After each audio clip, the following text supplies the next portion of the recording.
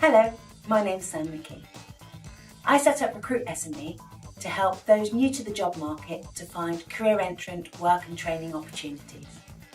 On our website you'll find many careers guidance videos that will help you with all aspects of the recruitment process, from deciding what job to apply for, right the way through the application process and into accepting job offers and workplace etiquette.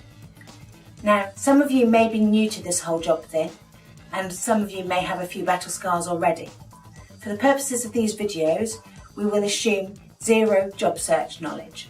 So if you haven't already switched me off in favour of some cute cats, I'll assume that you'd like some help and guidance in this area. This first video will help you with the biggest question of all: what type of job do I want to apply for? So, how do you decide what job to apply for? Well, there are 5 essential questions. Being able to answer these questions will, first of all, make your job search easier, and secondly, it will give employers comfort that you've really considered your options. So they are: why do you want a job? How long do you want a job for? What hours are you willing to work? Where do you want to work? And what interests or skills do you have? Being able to answer these questions will make your job search easier. You'll narrow your field, not limit your options.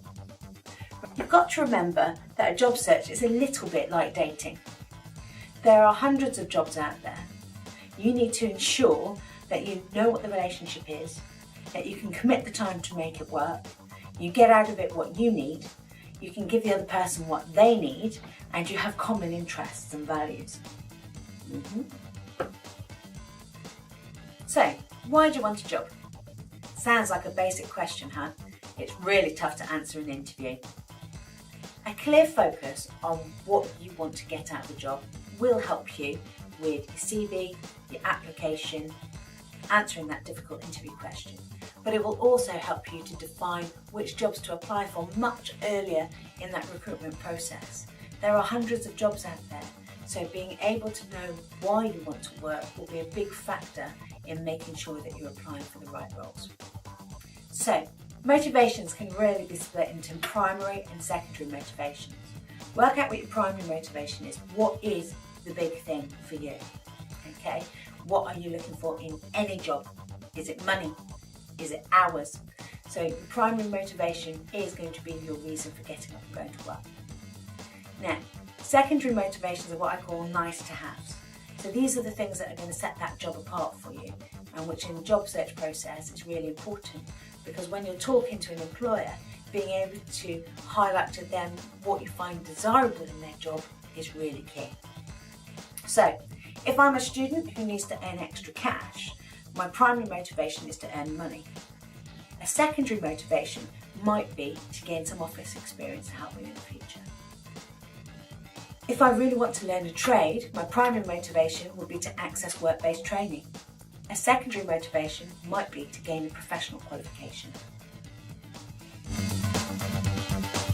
So, how long do you want a job for? Well, there are options here. There are various contracts out there. It's important when you're applying for a job that you know what the contract terms mean. So I'm just going to very quickly take you through those now. If you're looking for permanent work, it's really important that if you apply for any shorter term contracts, that you can really demonstrate that you will commit the time to that role and you won't be off as soon as the first permanent opportunity comes up. So if you're looking at applying for a fixed term, even though you're looking for permanent work, it is important that you're able to demonstrate to the employer why you're still a good match for that role. Temporary contracts are often used as short-term cover by employers. So you would be employed by the third party, by the agency. So make sure you check out the reputation of the agency as well as the employer that you'll be working for. And then you have fixed term contracts. Fixed term contracts are also short term, but these are generally with the employer rather than with an agency. So a fixed term contract is usually a little longer in length. It might be 3, 6, 9 or 12 months. And usually it's for a project with defined parameters, and hence why there's a set end date. But as this is with the employer, it's always good not to ignore them, because you will have the opportunity potentially to impress. And if a permanent role comes up, there is eventuality that you might and put yourself in a stronger position to achieve it. So a typical example of when a fixed term might come up would be maternity cover for 9 months, or if there is a project of a specific duration because the company is trying something new. Internships and placements. Those of you who are studying at university, please do not underestimate the power of gaining as much work experience alongside your studies as you can. It's really, really important. Some of you may be lucky enough to have a sandwich course, which basically means that you get a placement year involved in your course. That's really important and will help you in the long run. For those of you who are not able to do a sandwich year, try and ask for an approved gap year.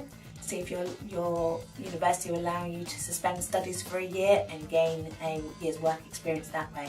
If you can't get a gap year, then look at your summer timeframes. If you have normally about 3 months off in the summer period, you can gain an awful lot of work experience during that time, so make sure you maximise it. You can also take on work experience or insight days. These are usually like a work shadowing type of thing, and they're often unpaid. So I would not expect you to look at doing anything more than 2 weeks really on an unpaid basis. But again, it's a good way to get an insight into the world of work. So, what hours can you work? There are no set definitions in the UK for full-time or part-time hours. I would say, however, typically anything 35 hours plus in the UK is usually considered to be full-time employment. Companies can offer contracts for up to 48 hours per week. Over 48 hours, companies will require you to sign an opt-out form, so be sure that you're aware of what you're signing.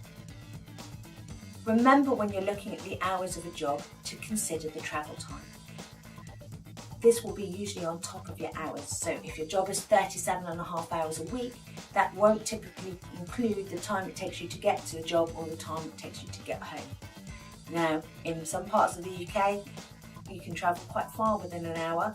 In other parts of the UK, like London, you might not travel very far at all. So it's really important to have a look at your geographical location when you're setting your job. So, for example, what happens if your shift finishes at 11 o'clock at night or midnight? How are you going to get home from work? If your job starts at 7 o'clock in the morning, can you get there, particularly if you're on public transport? These are all things that you should be factoring into your job search. You do not want to get right down to the offer of employment and then discover that you can't commit because of hours. So, where do you want to work? Location is really important when considering your job options. So it might be that your job role is more popular in certain areas of the country than others. Tourism, for example, might be big cities, or it might be the coast, give you a wider range of opportunities.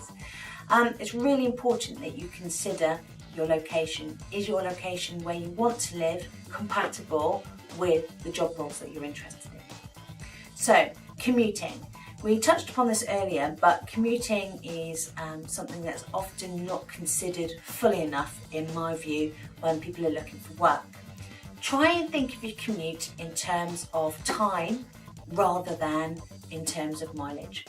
So you're better off thinking, okay, are you an early bird? What time are you prepared to get up in the morning, get yourself ready to go out and catch your train or drive to work? And what time equally are you happy to come in at night and kick off your shoes and sit down and relax in front of the TV? So by thinking in terms of time, you're able to make sure that you're getting a bit of a work-life balance. If you think purely in terms of miles, then what you're looking at can vary considerably. So time for a commute is probably a more consistent measure. You don't want to be exhausted or stressed before you even get to work, and also when you get home, having a good work-life balance is really important. Relocation. Moving to an area where you'll be more successful is only really an option for a full-time career or a longer-term fixed-term position because it's expensive. You will need to find yourself a flat, and you'll need a deposit for that flat and usually some rent in advance. Then obviously you need to kit it out, you need to get yourself ready for work. So relocation can seem a lot of hassle, but sometimes it's well worth it if it's going to get you the right career move. So a good thing about relocation is think about where you've got maybe a broader family or friend network. Do you have friends or family who would quite happily put up with you for a month or so if you were to get your dream job in their area until you found your feet and able to get yourself a flat? Home working. With technical advances today, it is technically possible to do a lot of roles from home. The only thing about home working, particularly at the start of your career, is it can be more isolating. So you need to have a think about whether you're going to be able to cope with the fact that you might not be able to sit and interact with colleagues on a daily basis. The social aspect from home won't change so much. So you need to have a good friends and family support network around you in order to make this a good option for you, particularly at the start of your career. It's rare for anyone to get their dream job straight away. Most of us don't leave education with a clue of what we want to do. And do you know what? That's okay. What we really need to do is try and work out what we like and what we don't like, and this will help frame the start of our job search. So think about subjects that you're really interested in school, and importantly also think about those subjects that you really didn't like doing. For me it was maths. Hated maths. So there was no point in me trying to train to become an accountant. But I did like English and I liked talking to people, and here I am talking to people many, many years later. So it's important that you try and decide what you want to do and what appeals to you about a job, because it's going to help you to best sell yourself in an interview situation. If you're interested in sports, for example, why not have a look at your local stadiums, your local sports centres, maybe the leisure facilities at your local hotel. All of these institutions may have some work-based opportunities for you, which will start you on a career that's maybe something that's going to be of interest to you.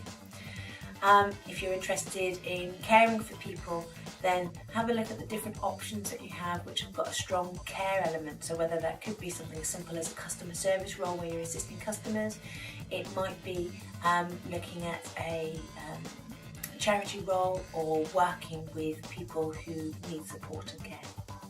And then, if you're quite hungry and you are quite motivated by results and targets, have a look at very target-driven roles where you can see that satisfaction for what you're doing. So things like car sales, estate agency.